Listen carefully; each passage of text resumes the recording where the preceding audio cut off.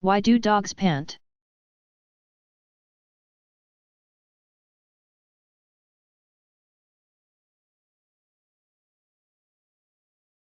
When people get hot, millions of tiny sweat glands, located deep in their skin,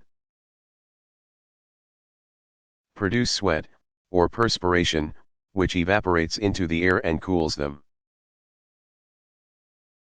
Dogs, however, have very few sweat glands. So they pant or breathe hard to cool off, which works in a similar way. Panting produces a strong flow of air that blows away moisture from a dog's lungs and mouth. The evaporating moisture takes some of the dog's body heat away with it.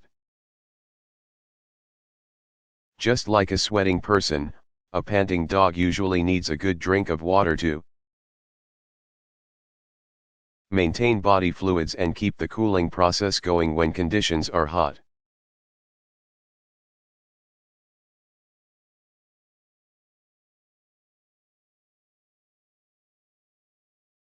Why do I have to wipe myself after I go to the bathroom?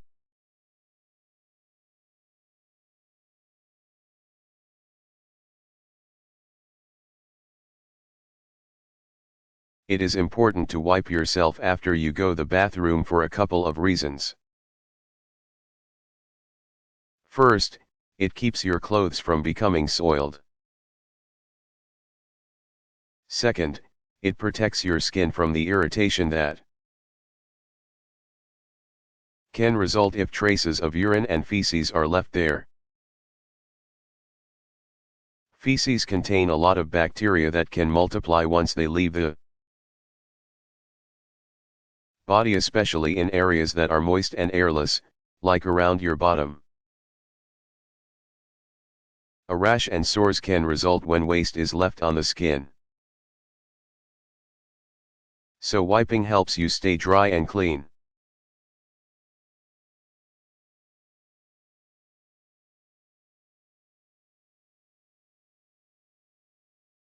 Why are zebras striped?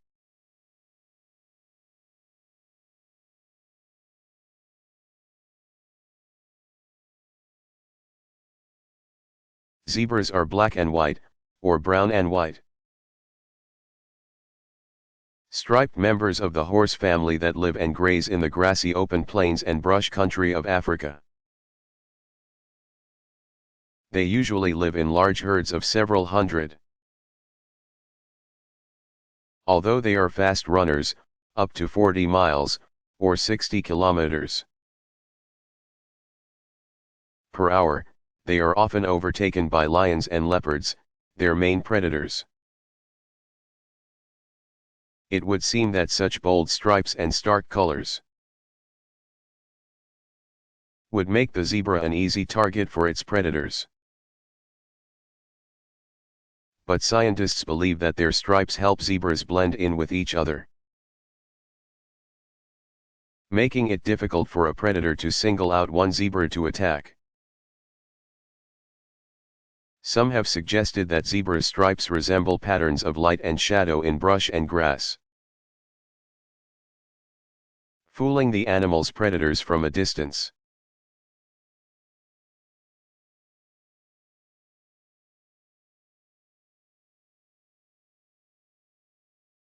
What is hibernation?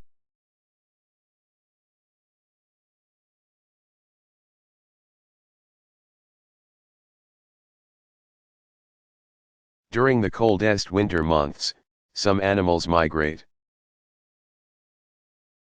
traveling hundreds or even thousands of miles to a warmer climate. Others stay in their wintry homes, preparing for the cold by putting on extra fat, stockpiling food, and creating cozy dens where they will be protected from wind and snow. A few animals survive freezing temperatures by slowing everything down: their breathing, heart rate, body movements, and entering into a dormant, or inactive, state called hibernation. Animals that are true hibernators lower their body temperatures close to the freezing point. 32 degrees Fahrenheit, 0 degrees Celsius, and spend the winter in a state close to death. They cannot be easily wakened, and they don't appear to be breathing at all. In fact, they breathe a few times a minute. Among mammals, true hibernators include some types of bats, some rodents, like squirrels, and hedgehogs. These animals will wake up from their dormant state every few weeks to eat something. And then they return to hibernation. Bears and many other large animals are not true hibernators, they do spend much of the winter sleeping. But their body temperatures don't lower much, and they can be awakened easily. The summer version of hibernation experienced by some animals that live in extremely hot, dry desert regions is called estivation.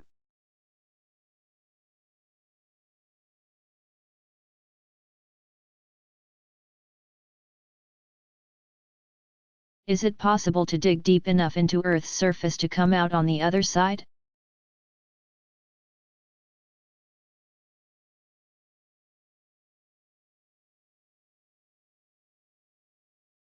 It's a journey that only a superhero could make. Earth is made up of different layers of rock. The outer layer, or crust, is solid layered rock that is about 20 to 30 miles, 32 to 48 kilometers, thick under the continents and about 3.5 to 5 miles, 5.6 to 8 kilometers, thick beneath the oceans. Earth's mantle, which is made up of a different kind of layered rock, extends for another 1,800 miles, 2,880 kilometers, below that. Although scientists cannot penetrate this deep into the planet, they know that the mantle's composition is different from the crust because shock waves from earthquakes travel very differently through it. At the center of Earth is its core, which is more than 2,000 miles, 3,200 kilometers, deep. The core consists mostly of melted iron and nickel, with a solid metal center. Rock melts near the center of Earth because the great pressure of so much weight above raises temperatures there to between 5,000 and 7,000 degrees Fahrenheit, 2,760 to 3,871 degrees Celsius.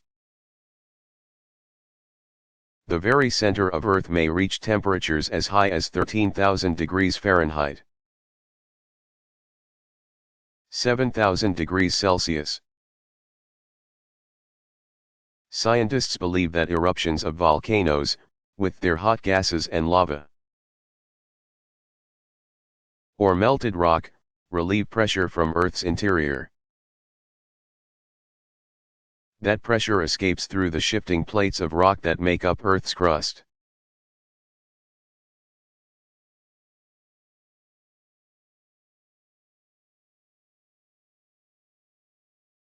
Why are some mountaintops covered with snow even throughout summer?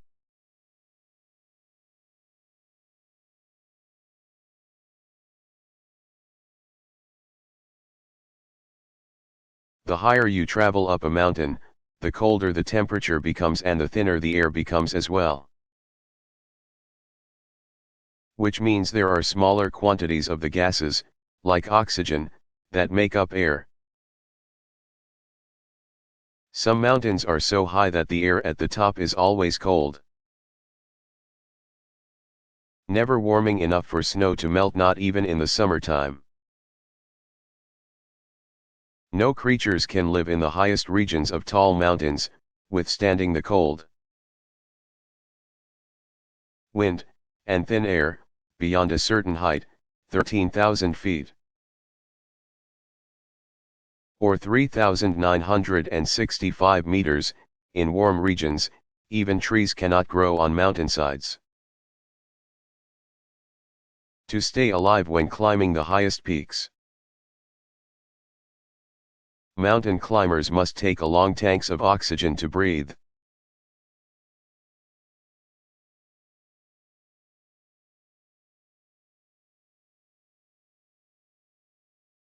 Who is the man in the moon?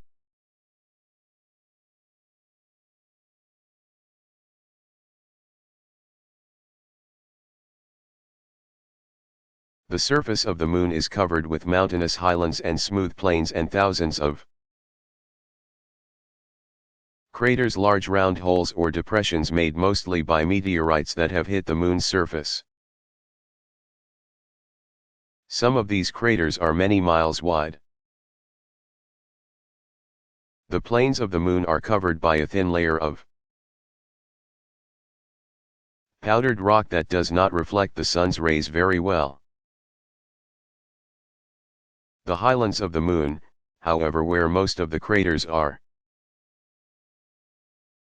located, are covered by rocky rubble that reflects light much better. These conditions make the moon's surface appear distinctly patterned when viewed from Earth.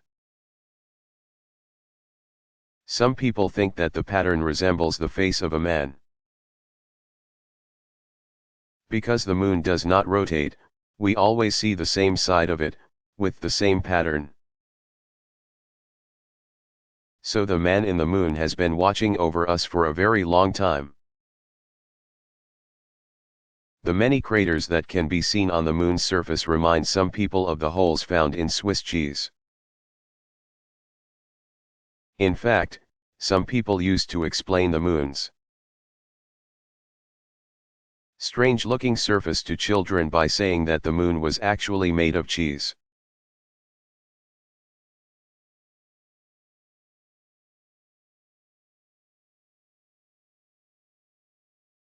Can flowers be eaten?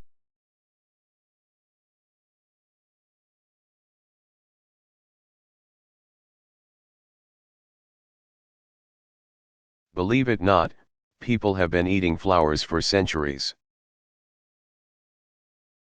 The broccoli and cauliflower that we eat are actually clusters of flowers.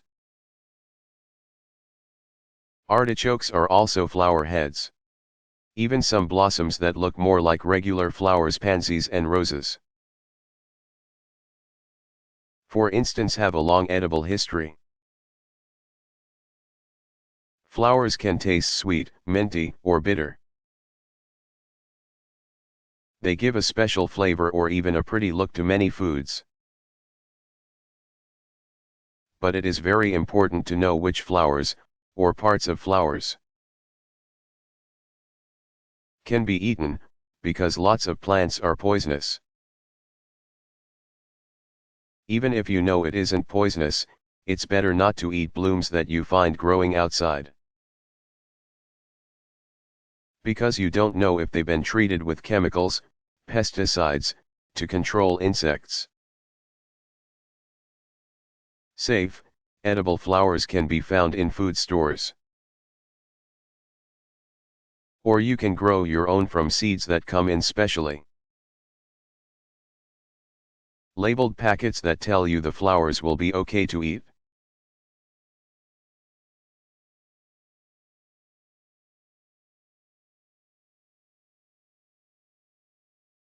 Why do a lot of old people have wrinkled skin?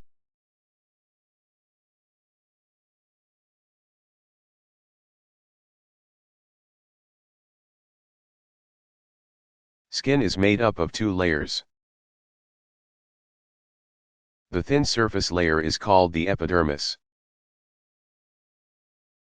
The thicker layer underneath the dermis contains sweat glands and hair follicles.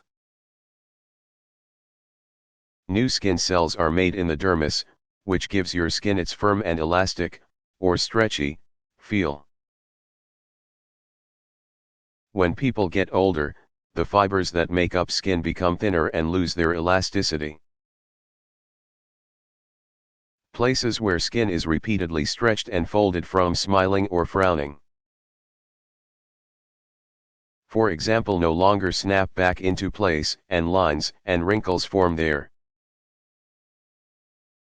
Constant exposure to the sun, and cigarette smoking, do serious damage to the dermis, speeding up the normal changes that occur in skin as people get older.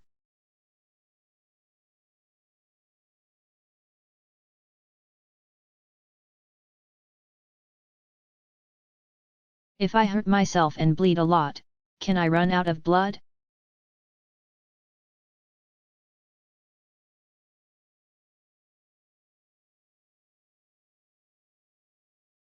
On average-sized adult has between 5 and 6 quarts, about 5 liters, of blood in his or her body. Larger people have more, and smaller people like children have less. The arteries, veins, and capillaries through which blood travels are so numerous and cover so vast an area that they would measure 60,000 miles, 96,500 kilometers, if laid out end to end. With all these blood vessels, then, the likelihood of injuring them is high. But blood contains special clotting elements that quickly take care of broken vessels, preventing any significant blood loss on the inside and the outside of the body.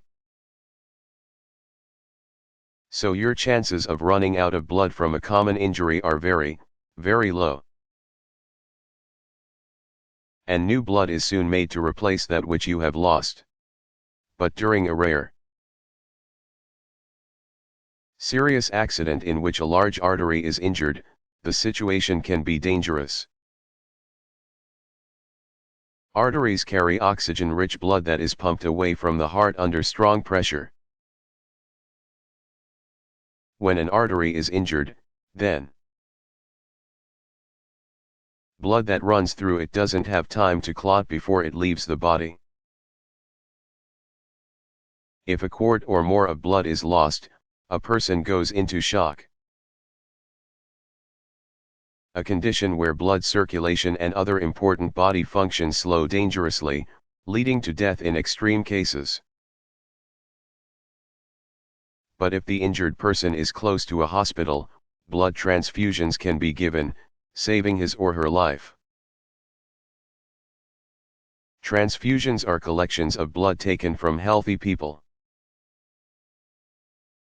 stored, and later used to help the injured and the sick.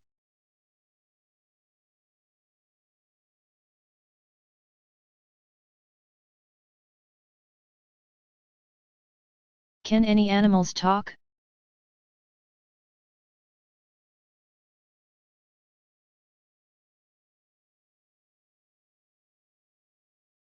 Most animals have the ability to talk to other animals of the same species. They make one kind of noise to attract a mate, another to sound the alarm that a predator approaches, and so on. Animals can also communicate with each other through gestures, touch, and even by releasing certain odors.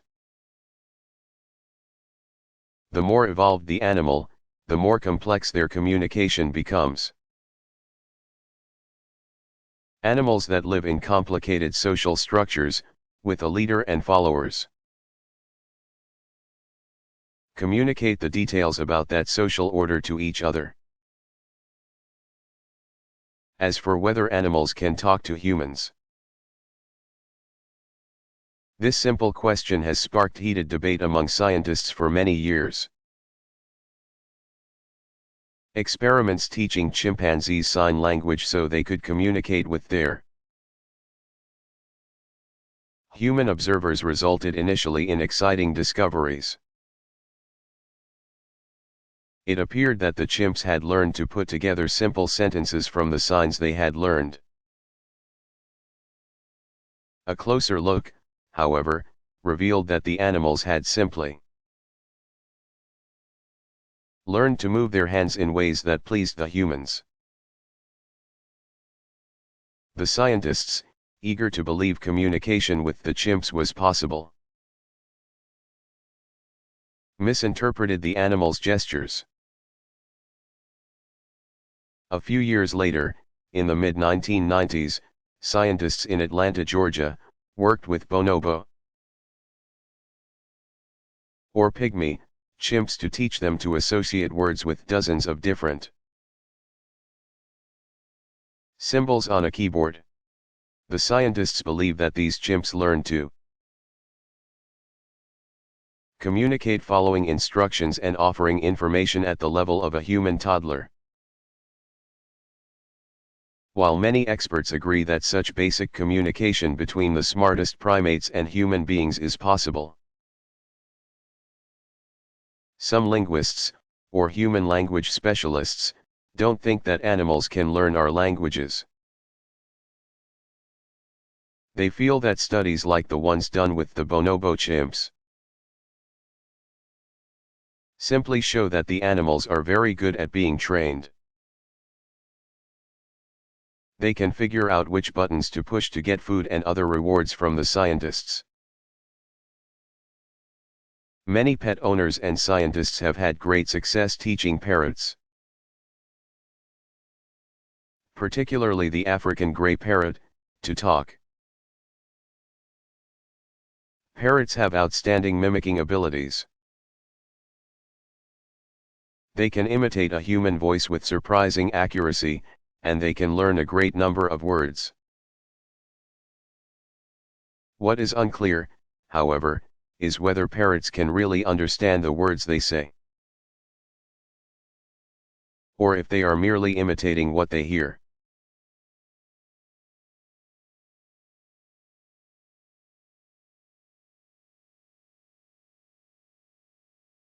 Why does poison ivy give people rashes?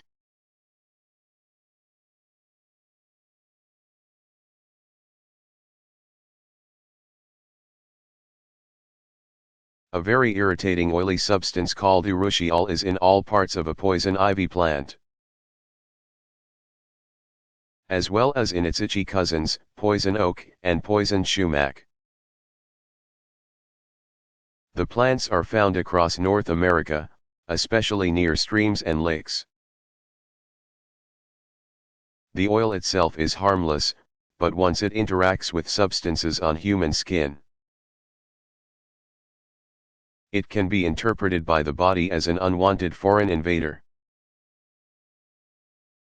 The body's immune system then kicks in and tries to get rid of it. This response is an allergic reaction. About 70% of all people are allergic to the plants and will develop itchy red bumps, blisters, and skin swelling a short time after they come in contact with them. Once the rash occurs, it can spread from one part of the body to another and sometimes lasts many days. Contact with these poisonous plants can happen directly, when a person touches them, or indirectly, when he or she touches clothes, tools, or animals that have the irritating oil on them. Very sensitive people can even get a rash from the smoke of burning poison ivy, oak, and sumac. The best way to keep from getting an itchy rash is to avoid the plants that cause them. Avoidance is especially hard with poison ivy, which is a creeping, crawling vine that lives among other plants. Poison oak and sumac are more bush-like. Learning what poison ivy looks like helps. The vine has smooth leaflets arranged in clusters of 3, which are red in early spring, change to shiny green in summer, and then back to red in autumn. Poison ivy sometimes has gray berries, too. If you know that you will be visiting a place where poison ivy grows, wear pants and long sleeves and even gloves. Afterwards, your outfit should be washed as soon as possible, separate from other clothes with hot water and strong soap.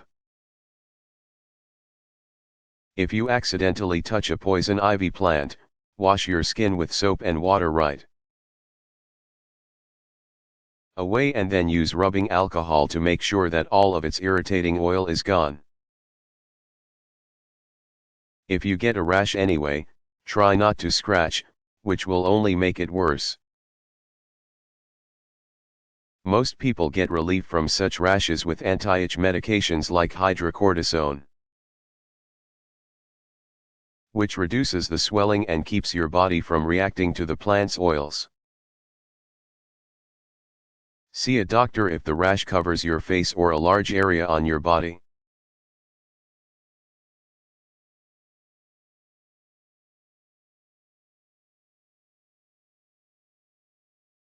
Why are most big cities located near water?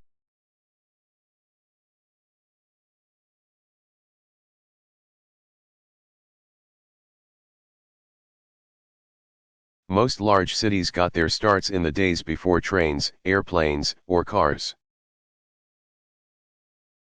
Land travel back then consisted of riding horses, bumping along rough roads in animal-drawn wagons or carriages, or making one's way by foot. In those days, the easiest way to travel long distances was by ship. So towns with good harbors that were located on oceans, lakes, and rivers became gathering places. Travelers got on and off ships there, sometimes bringing goods from faraway places, called importing. Such towns became trading centers, developing their own businesses to make goods to ship away, or export. Workers moved into these towns to fill the growing numbers of jobs. And others came to provide services for the increasing populations, building lodging, banks, and stores. Being located near water allowed many towns to prosper, growing into cities.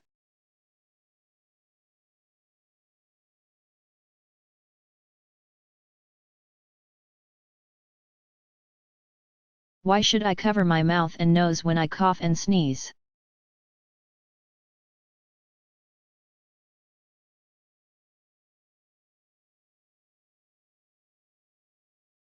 Coughing and sneezing spray germs into the air, where other people can breathe them in. It's very common for colds and other infections to be spread from one person to another by the germs expelled when a sick person coughs or sneezes. When you cover your mouth or nose when you cough or sneeze, you catch some germs in your tissue or hands, which keeps them from entering the air. But another common way of spreading germs is through physical contact, especially from the hand of one person to another. So it is important to wash your hands, too, after you cough or sneeze. Even better than covering your mouth with your hand is coughing or sneezing onto your shirt sleeve in the crook of your elbow.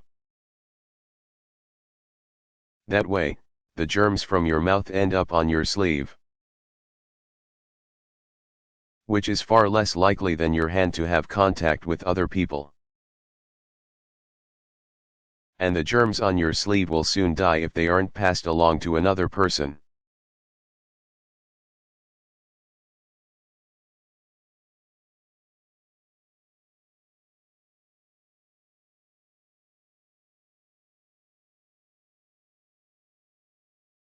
What is acid rain?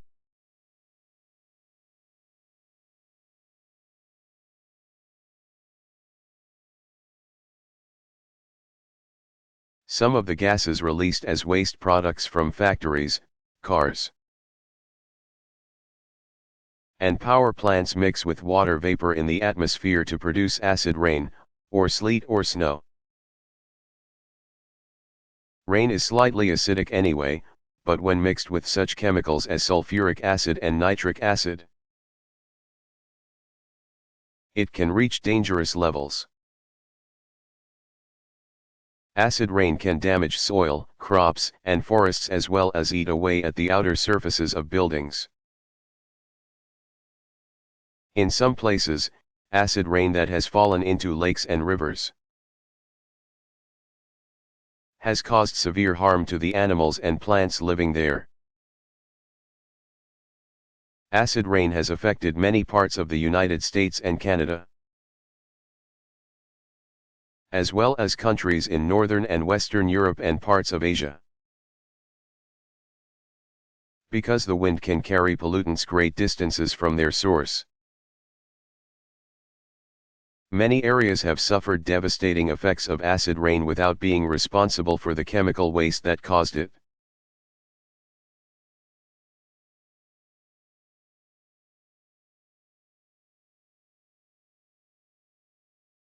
Why do we have different time zones throughout the world?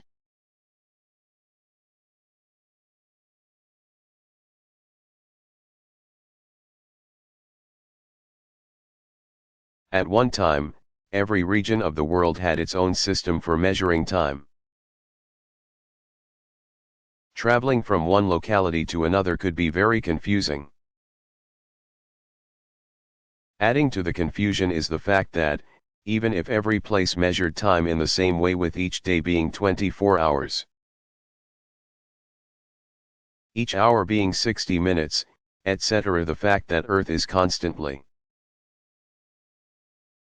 rotating means that when it's midday in Chicago, Illinois, it's early evening in London, England. The rotation of the planet means that we can't have just one time zone for the whole world. If that were the case, then noon would be the middle of the day in some places, the evening in other places, and the middle of the night somewhere else. In some places, the sun would go down at 7 p.m.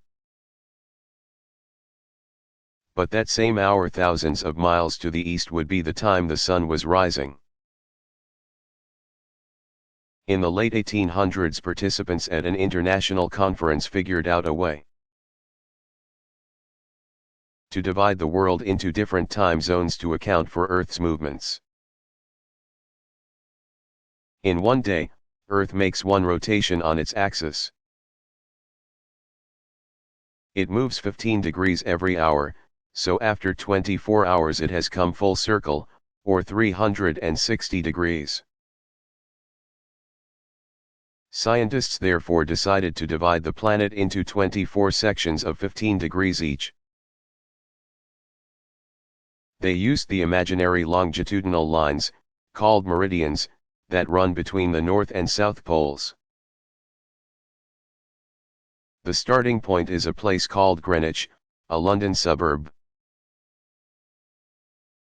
The line running through Greenwich is called the prime meridian. Every 15 degrees to the west of Greenwich is another hour earlier than what is known as Greenwich Mean Time, or GMT, and every 15 degrees to the east is another hour later. So if it is noon in Greenwich, in one time zone to the west it is 11 a.m. and in one time zone to the east it is 1 p.m., while the longitudinal lines are straight and fixed. The lines dividing actual time zones have been changed a bit to accommodate the people who live there.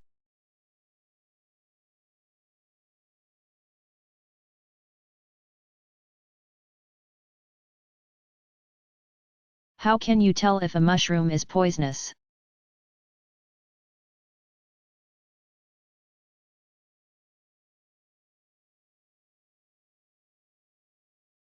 Many types of mushrooms are good to eat. The fruiting bodies of other fungi like truffles and puffballs are also tasty. But there are many mushrooms that are poisonous, and it is very hard to tell the harmful from the harmless. So you should never pick and eat a mushroom. Only an expert, who has studied the different types, can tell the difference for sure. People have been eating mushrooms for thousands of years. Because they contain some protein and minerals. They were an important source of food at times when fruits and vegetables were not available. Now they are grown commercially, like other food crops.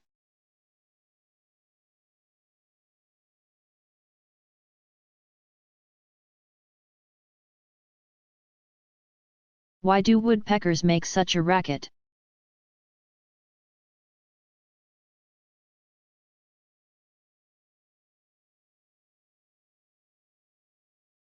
Most woodpeckers spend most of their lives in trees.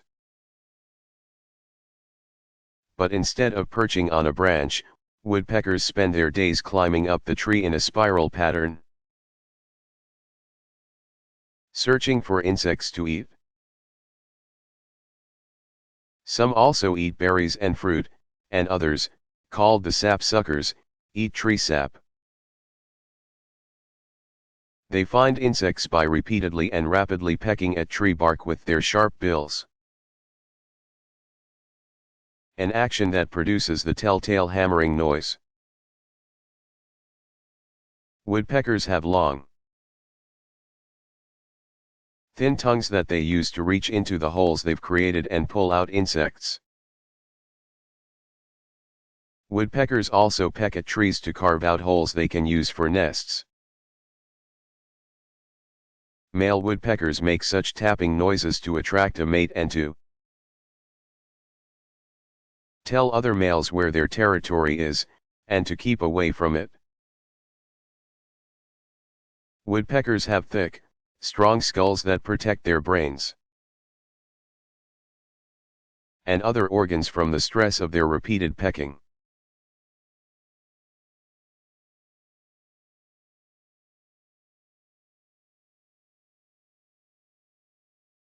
Can all birds fly?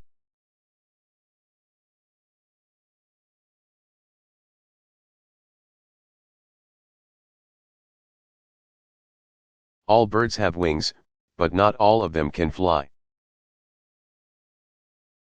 Scientists believe that all birds could, at some point in their evolution, fly, but that some have lost the ability over millions of years. Some of the best known examples of flightless birds are penguins and ostriches. And ostrich relatives like emus and kiwis. One of the primary benefits of flight is being able to escape enemies quickly. Flightless birds must rely on other techniques to save themselves. Penguins have made up for their flightlessness by being outstanding swimmers. They use their wings as flippers. Ostriches can use their great size to scare away many predators. And if that doesn't work, they always have their legs. Ostriches can run at speeds of 40 miles, 65 kilometers, per hour. And if the attacker does manage to get close, the ostrich might just give a powerful kick. Scientists think that some birds lose the ability to fly, over the course of many generations. When they live in isolated regions where they don't have predators. The great auk, which is now extinct, inhabited an island where flight was unnecessary because there were no mammal predators present. Therefore, from lack of use, the great auk's wings became useless over time. Other birds in the same family as the great auk that live in regions populated by predators have never lost the ability to fly.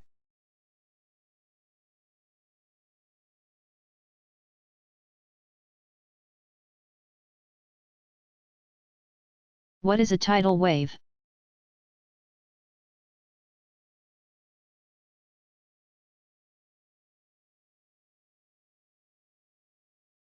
Tidal waves are giant waves that hit the shore and cause coastal flooding and great damage. The name is inaccurate, however, because these waves have nothing to do with tides. The daily rise and fall of water levels of the world's great bodies of water. The cause of almost all tidal waves are earthquakes that occur beneath the ocean floor. The quake causes a deep, long wave that moves very quickly up to 500 miles, 805 kilometers, an hour. When it approaches shallow water and a coastline, the water builds up into an enormous wave that can reach up to 100 feet, 30.5 meters, in height. When it crashes ashore, it destroys everything in its path. A tidal wave is also known as a tsunami, which is a Japanese word meaning giant wave.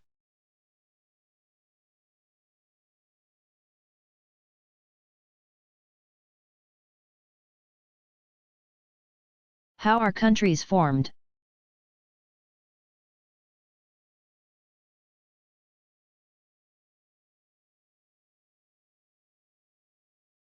Often it is a group of people with something in common whose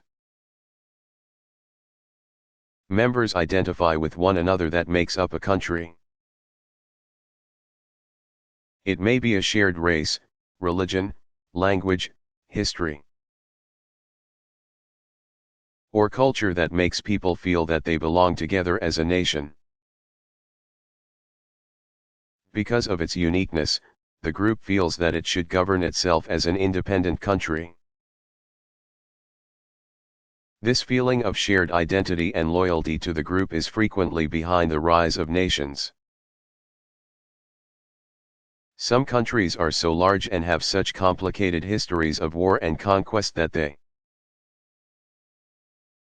are home to many different groups of people who have their own separate beliefs, languages, and customs. The differences between these groups sometimes make it difficult for them to get along.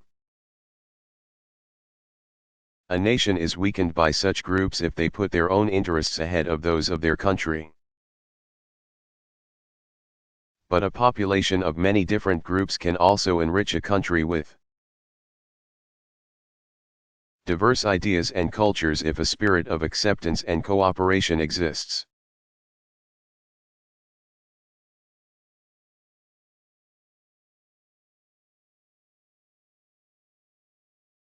Are angels real?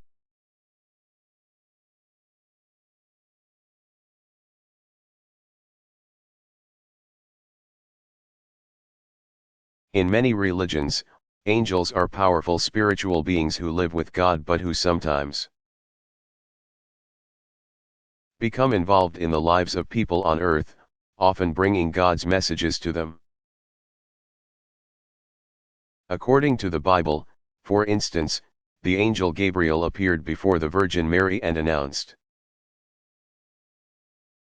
that she would become the mother of Jesus Christ. In the Muslim religion, Gabriel revealed to the Prophet Muhammad the words of Allah, God, which were recorded in the Quran, the sacred book of Islam. Angels are not believed to have physical bodies, but they may look like people when visiting Earth. Over the centuries, artists have portrayed them in many ways, neither men nor women, angels have human forms. Appearing as babies, children, or adults, and are winged for travel to their heavenly home. In a few religions, like Roman Catholicism, it is believed that each person on earth has a special angel who watches over him or her and gives protection from the temptations of the devil. Such a being is called one's guardian angel. The answer to the question of whether angels are real, then, is a matter of faith.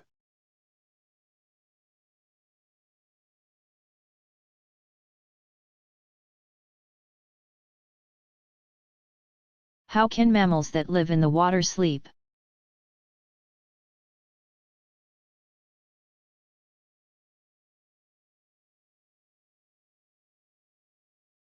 Some marine mammals, like seals, climb out of the water to sleep.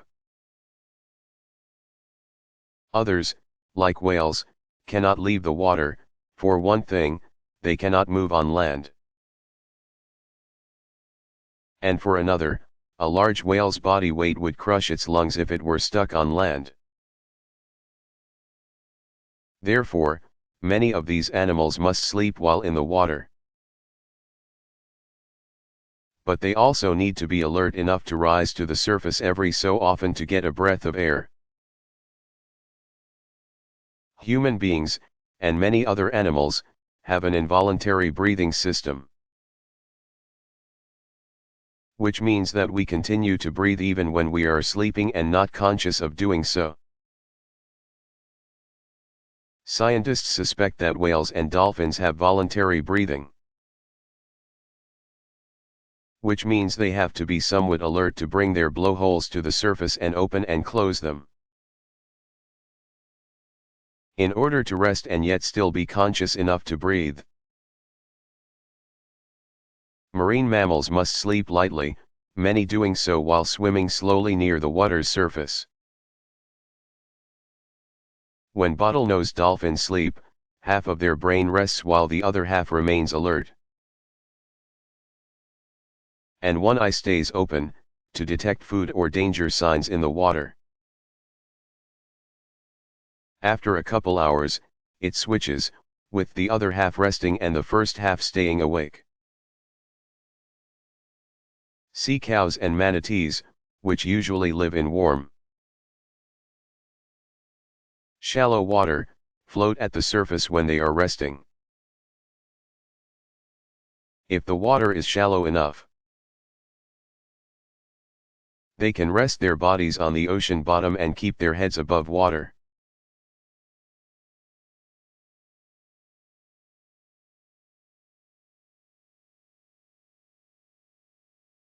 What causes escalator steps to fold flat when they get to the top and the bottom?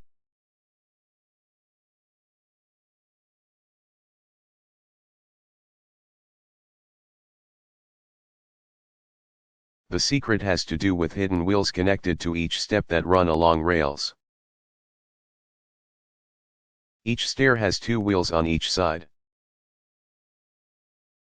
Wheels connected to the front of each stair run along one rail. And wheels connected to the back of each stair run along another. When escalator rails run alongside each other, their stairs have a normal shape. But the rails change position in relation to each other as they approach the top and bottom of an escalator. And the stairs are gradually pulled flat.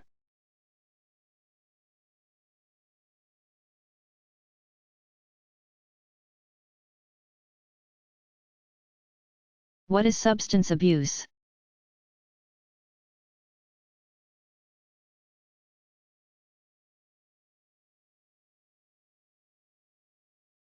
Substance abuse means taking drugs, other than those prescribed by a doctor for a specific illness,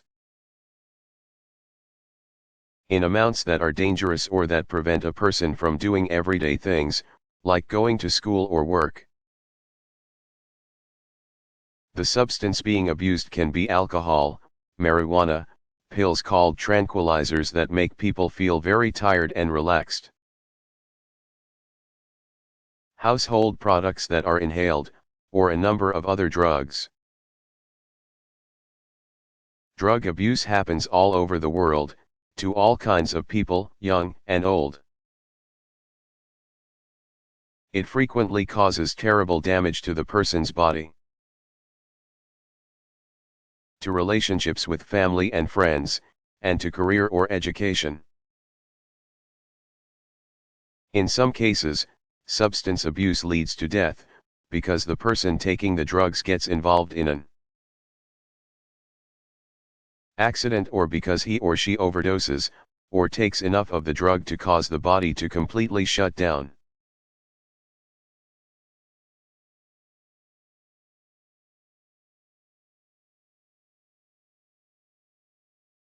How can a microwave oven cook food so fast?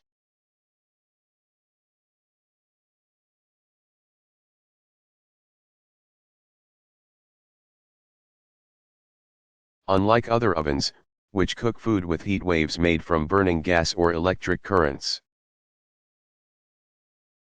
microwave ovens use special bands of electromagnetic energy called microwaves, similar to light waves, to cook food. While heat waves gradually work their way inside food to cook it,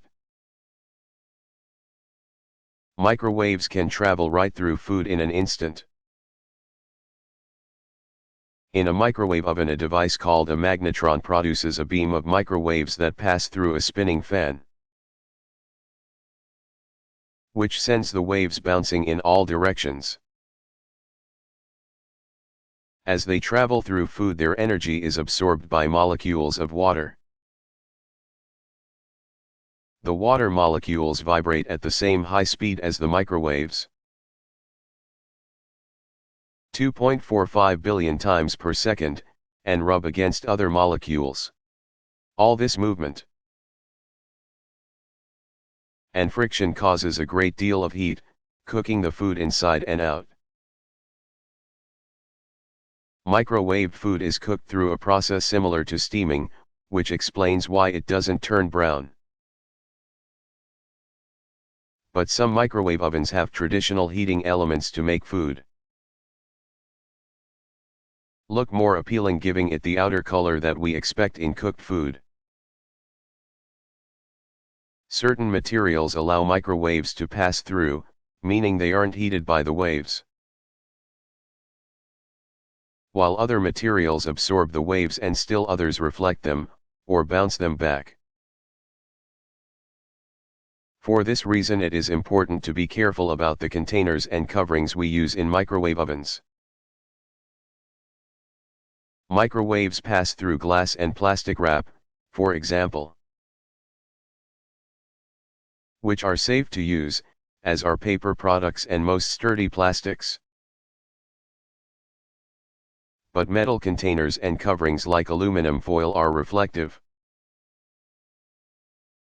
Such surfaces keep food from absorbing microwaves, allowing the waves to bounce around so much inside an oven that it may break.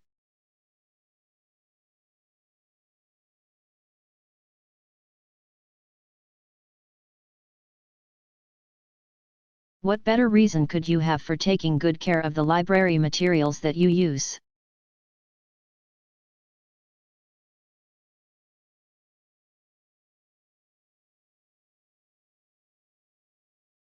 It makes sense to treat them with the same respect that you would your own possessions or those of a friend. It's also important to return borrowed library material on time, so that another library user can have his or her turn using it.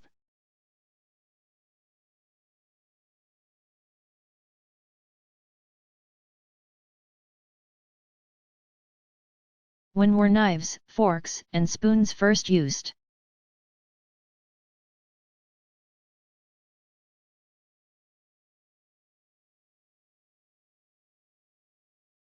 While knives have been used as tools, weapons, and even to help in food preparation to carve up large pieces of meat. For example, it wasn't until the Middle Ages, a period ranging from roughly AD 500 to around 1500, that people began regularly using knives to get food from their plates to their mouths. Since forks weren't in use yet, people in that era used knives with narrow blades and pointed ends to spear their food and then eat it. Historians have pointed out that these weapon-like utensils gave the dinner hour the potential for serious violence. In the late 1600s, table knives became blunter and wider, a shape that made them more useful in catching the food that sometimes fell off forks and spoons. People have been using spoons for centuries. And these helpful scoopers were probably among the first eating tools developed by early humans. In prehistoric times, spoons were made of curved pieces of shells or wood. During the Middle Ages, royal and wealthy citizens used spoons made of precious metals like gold and silver. Common folks had to make do with tin or pewter spoons. As eating instruments, forks are the latecomers in the utensil world. While the ancient Greeks used two-tined forks to stabilize food they were carving and serving. And table forks were used by the wealthy in the Middle East and other countries in what is now Eastern Europe. The concept of table forks did not become widespread in Western Europe until the 16th and 17th centuries. At first, people didn't understand the need for a fork. They had spoons and knives and, of course, their hands, to pick up food. But forks came to be popular symbols of social status among the wealthy. And eventually the general population came to accept their use as well. Another kind of utensil, chopsticks, came into being around 5,000 years ago in China. Historians believe chopsticks evolved from twigs people used to grab pieces of food out of large cooking pots. Over time, these twigs were carved into sticks that worked well when picking up small pieces of food. By AD 500, chopsticks had spread to other Asian countries, with some differences among them in style and size.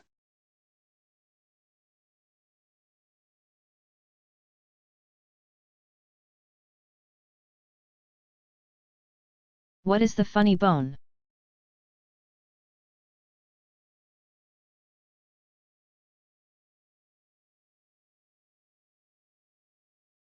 The funny bone is not really a bone. It is actually a big nerve that runs through your forearm to the back of your elbow. When you hit that nerve in your elbow on something hard, it really hurts and sometimes causes tingling or temporary numbness in your arm.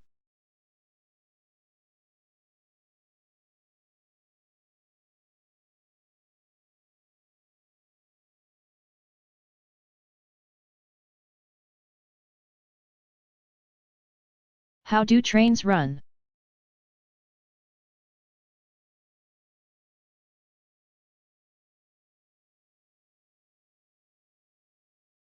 A train is a series of unpowered cars pulled along tracks by a locomotive, or engine. The locomotive is run by a motor, either electric or a diesel-electric combination, that provides the power that turns its wheels, moving the engine and the cars attached to it. A single locomotive can pull dozens and dozens of cars. Some trains reach more than a mile in length. Electric motors are used only for trains that run over the same track for short distances. They receive electricity from wires that run above the track. Trolleys and streetcars are types of electric trains.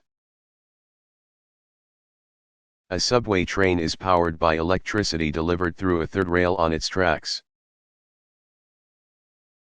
Unlike electric engines, diesel-electric engines can provide the amount of power needed to propel locomotives that travel long distances and pull great weights. Burning diesel oil powers a generator that creates electricity. The electricity powers motors that turn the wheels. For many decades, before diesel oil was used, locomotive engines were powered by superheated steam, made by burning coal or wood in large furnaces.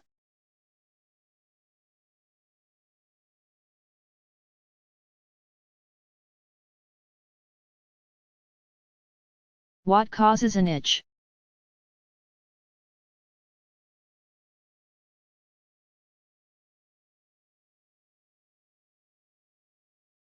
Under the surface of your skin are millions of tiny sensors that detect touch, pressure, pain, heat, and cold. When you have an itch, the sensors send a message to your brain that something is on your skin that usually isn't there. It may be an insect, or a piece of fuzz, or a strand of fallen hair. Dry skin is often itchy because you have flakes of dead skin cells on a surface that is usually kept smooth and supple by the oil from skin glands. Sometimes when you eat or touch something that you are allergic to, your immune system, whose mission it is to protect you, releases irritating chemicals that may cause itching on your skin.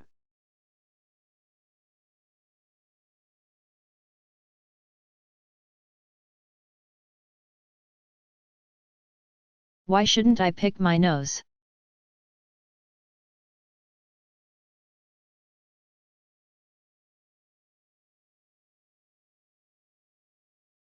Your nose traps germs and dust and other impurities in the air before they can travel to your lungs, so it is a pretty dirty place. When you pick your nose, those germs and more get on your fingers and can be passed to others through touch.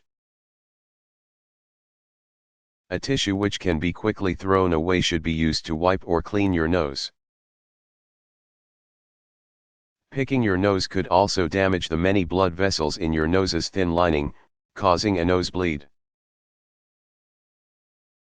The insides of noses are not large enough for searching fingers. Most people consider it bad manners, not to mention gross, to pick your nose in front of others.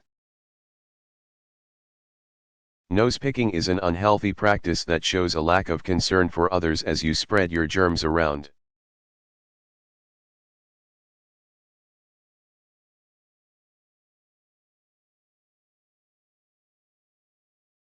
What is my tongue for?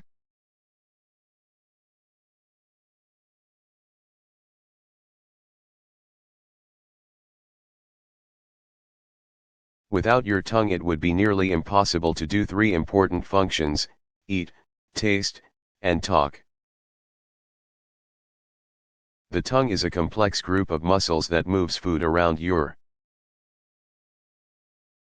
mouth as you chew and finally molds it into a ball for swallowing.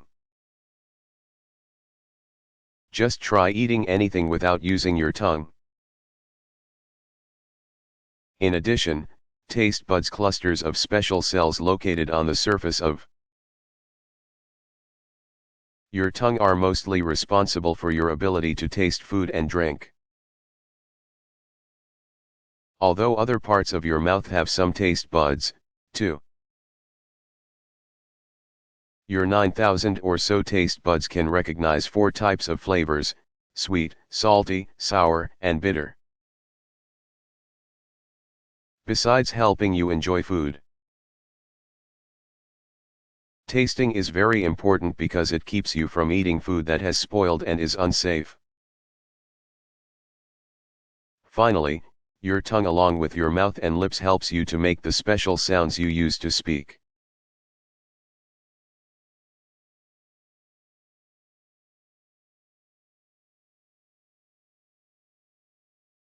What is the smallest bone in my body?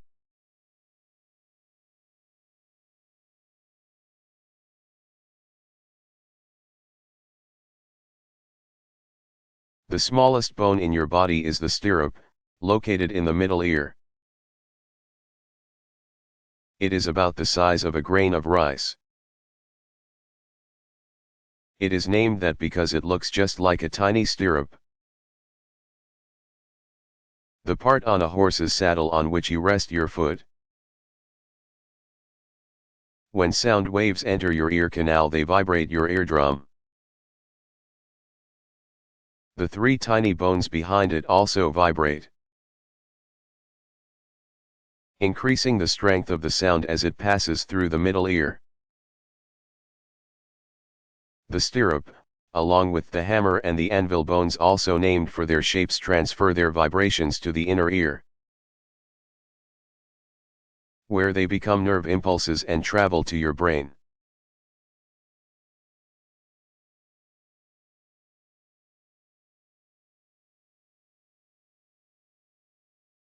How many different alphabets are there?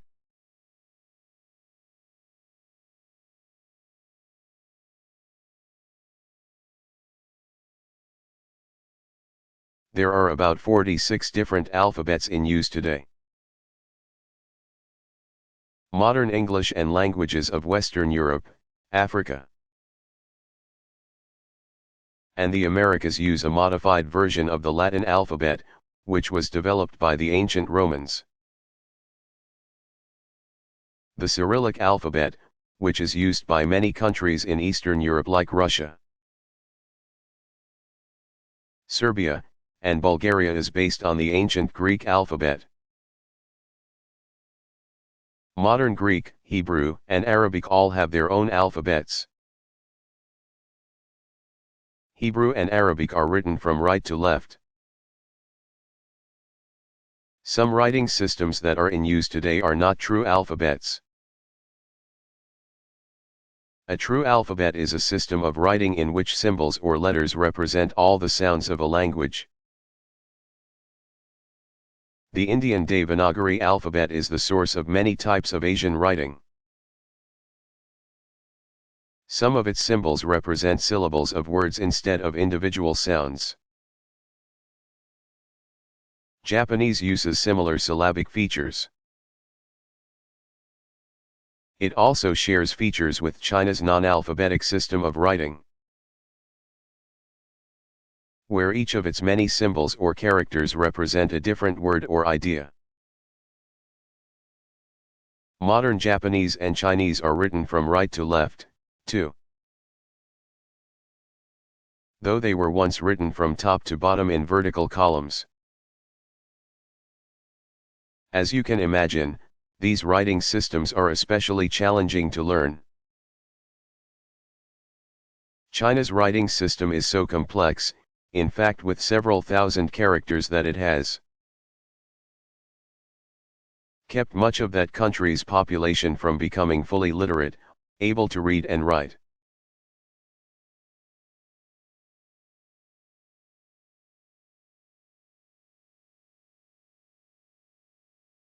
Will people be cloned someday?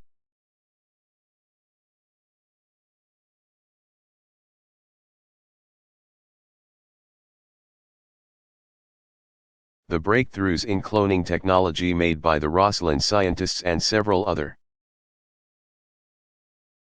scientists since then who have successfully cloned mice, monkeys, and cows have raised new hopes, and fears, that the technology to clone a human being is within reach. Some scientists believe that the first successful cloning of a human being will happen before the end of this century's first decade. The method to clone a human will most likely be the same as that used to clone Dolly the sheep. The cloning of mammals and the possibility of cloning a person has sparked many arguments about whether it's right or wrong to conduct such experiments. While some argue that cloning can yield tremendous benefits, others worry that the technology is ripe for abuse. Many politicians and scientists have called for a worldwide ban on human cloning until further research can be conducted. Some countries have agreed and instituted such a ban.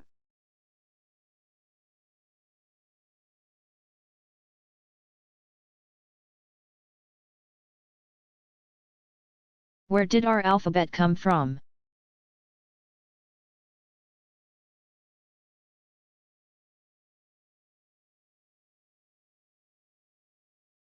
An alphabet is a system of writing in which symbols or letters represent all the sounds of a language. Because ancient Egyptian hieroglyphics sometimes used symbols to represent language sounds, they are considered the root of true alphabets. Our alphabet came from the ancient Romans, who based theirs on that of the ancient Greeks. Modern English uses a modified form of this Latin alphabet. The written languages of Western Europe, Africa, and the Americas, as well as scientific writing, all use the Roman, or Latin, alphabet.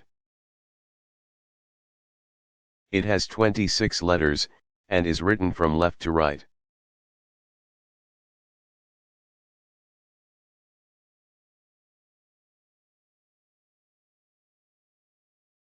Which bird lays the largest eggs?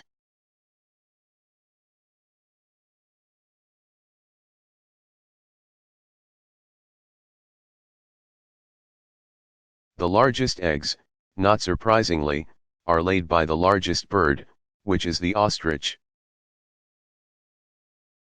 An ostrich egg averages around 6 inches, 150 millimeters,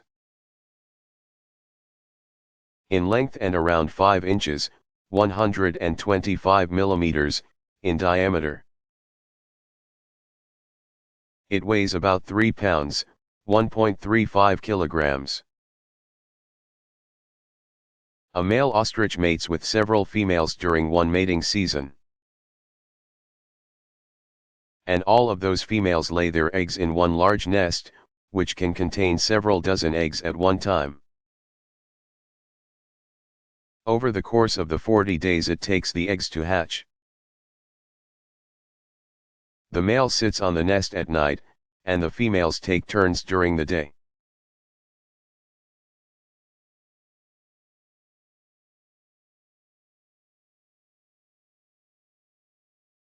Why was the Statue of Liberty built?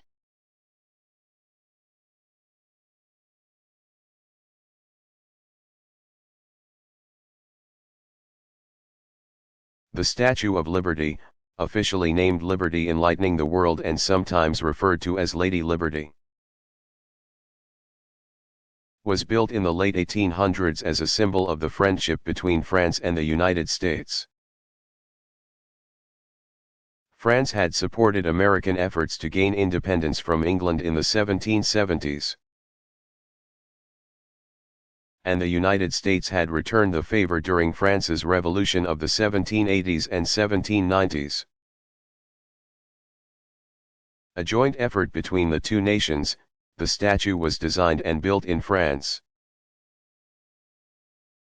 While the 154-foot, 47-meter, concrete pedestal was the responsibility of the Americans. Intended as a gift to celebrate the 100-year anniversary, or centennial, of American independence, which happened in 1776, the statue was designed by sculptor Frederick Augusta Bartholdi. He had help from many engineers and designers, including Alexander Gustave Eiffel, the man who designed the Eiffel Tower in Paris, France. Lack of funds in both countries slowed down the construction of the statue, and it wasn't actually completed until 1884, 8 years after the centennial. It took nearly a year for the statue, which was broken down and divided among more than 200 crates, to travel across the Atlantic Ocean to the United States. And it was another whole year before the pedestal was completed. Finally, on October 28, 1886, the Statue of Liberty was officially dedicated in front of a crowd of thousands. Made of copper and steel, the statue, which depicts a woman who represents the concept of liberty, Stands just over 151 feet, 46 meters, tall, plus the height of the pedestal. To give an idea of just how big the statue is, bear in mind these statistics: her index finger is 8 feet. 2.4 meters, long, her nose is 4.5 feet, 1.4 meters, long, and the width of her mouth is 3 feet. 0.9 meters. Lady Liberty holds a torch in one hand, symbolizing enlightenment or freedom from ignorance. The other hand holds a plaque that bears the date of American independence, July 4, 1776.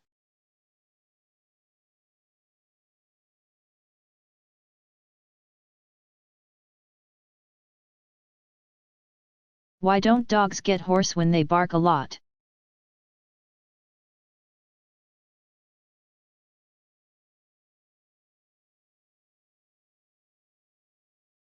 It seems like some dogs can bark and bark for hours. Yet they never seem to get hoarse or lose their voice. Bark, like people do when they talk, yell, or sing too much. Veterinarians, animal doctors, think that is because a dog's voice box, or larynx, is not as complicated as the larynx of a human, who needs to make a wide range of different sounds to speak. So the stress that results from excessive barking doesn't do nearly as much damage as overusing a human voice does.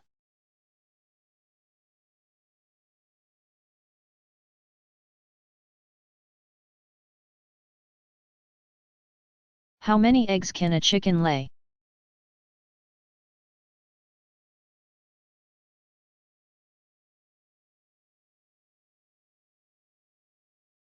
Today, certain breeds of chickens are raised to be eaten because they grow quickly and have a lot of flesh. Other breeds are good egg layers and are raised for that purpose. The best kind of laying hen can produce one or more eggs every day of its adult life, which lasts about a year. A hen that lays large eggs like the popular Leghorn breed is desirable because more money can be charged for larger eggs. Before modern farming, chickens were kept in special houses called coops, where they had nests and laid their eggs, which were later gathered by hand by farm members. They were fed kitchen scraps and spare grain, and they spent their days pecking away in farmyards,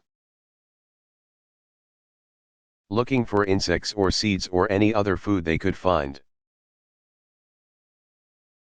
At night they were shut into their coops, warm and safe from hungry wild animals like foxes. Only small numbers of chickens were kept and only limited numbers of eggs were produced. Today, to keep up with the world's growing need for food and to maximize profits, most chicken farmers keep the birds in huge, mechanized, indoor structures that house more than 100,000 birds at a time. Growing conditions like temperature and light are carefully controlled, and scientifically developed feed is used to cause quick growth and rapid egg production. Laying hens never leave their cages and their eggs are collected automatically, by machine.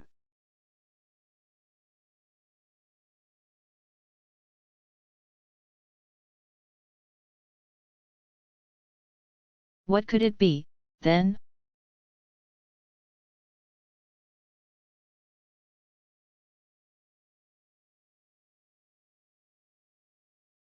When you talk, you breathe out carbon dioxide and water vapor, two things that plants need to grow. And sound waves from your voice cause plant cells to vibrate. Experiments have shown that certain types and strengths of Sound can cause plants to grow better or worse than usual.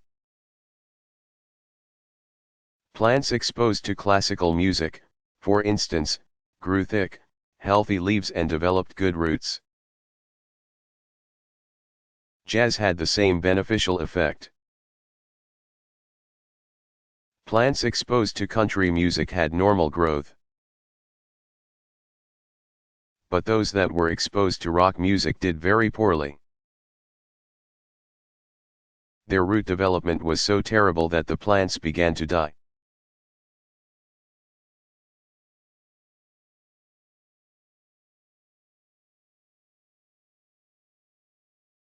Why do stars twinkle?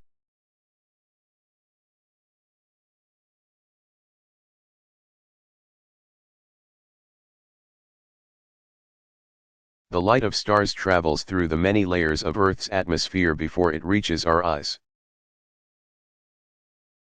Along the way, the light rays bump into lots of things, pockets of hot and cold air. For example, and they are refracted, or bent. The crooked path these light rays take makes it look to our eyes as if the stars are twinkling. If we looked at stars from outer space, where the light rays we see are not traveling through, and being bent by Earth's atmosphere, the stars would not twinkle.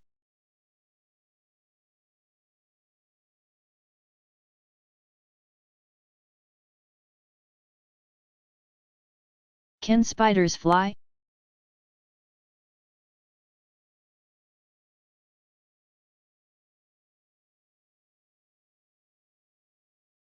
Spiders do not have wings and cannot, technically, fly. Several types of spiders, however, can travel long distances through the air by a process called ballooning. The spiders spin long strands of silk that are caught by the wind, carrying the spiders along the currents. Spiders can travel far by this method, as far as hundreds of miles. And in some cases they can fly as high as 2,600 feet, 800 meters. One spider was even recorded at an altitude of 15,000 feet, 4,572 meters.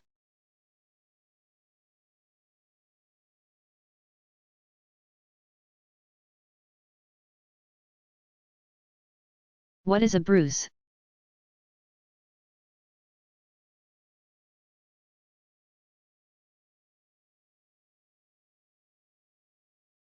When a bump or fall breaks blood vessels under your skin's surface, a bruise might appear.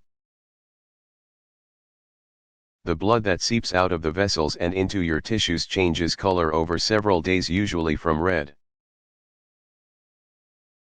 to purple and blue, to brown and yellow before it fades away.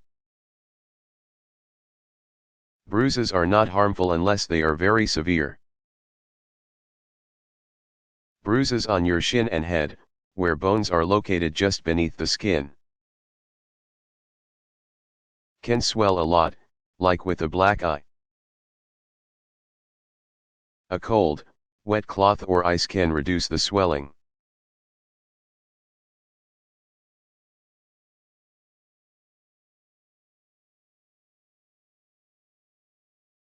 Why do donuts have holes?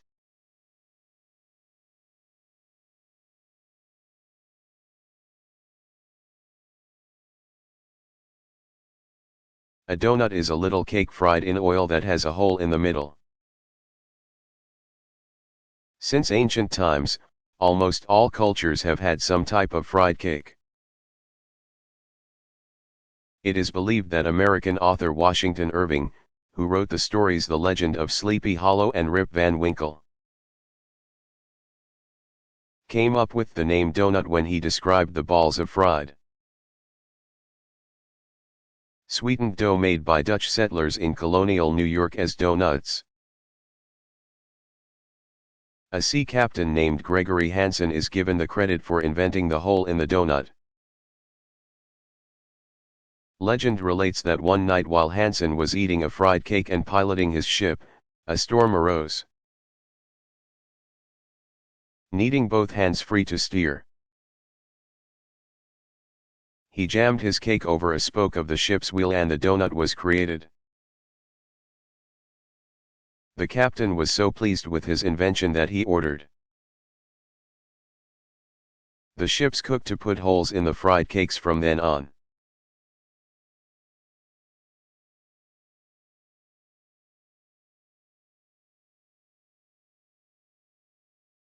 How do escalators work?